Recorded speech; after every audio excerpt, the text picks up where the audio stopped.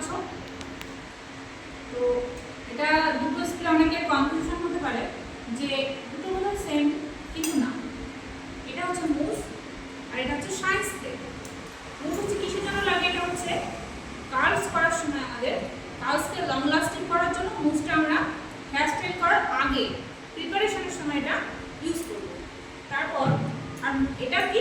এটা হচ্ছে shine spray. Shine স্প্রেটা কিসের জন্য ইউজ করব? এটা হচ্ছে এই যে হেয়ারে ক্লিপিং করার পরে আমাদের যে ব্যাককম করা হয়, ব্যাককম করার পরে জড়িয়ে যায় হেয়ার, তো সেটাকে একটুখানি নর্মাল করার জন্য আমরা এই শাইন স্প্রেটা ইউজ করি। সবথেকে বড় কথা, শাইন স্প্রে মানে শাইন করছে, যেটা হেয়ারটাকে শাইন করার জন্য, মানে একটা নির্জীব হেয়ারকে প্রাণ ফিরে পায় হেয়ারটা, মানে হেয়ারটা সুন্দর সতেজ মনে হয় দেখতে, চকচক করে, তার জন্য আমরা শাইন স্প্রে ইউজ করি। বুঝতে পারলে? নিশ্চয়ই ক্লিয়ার?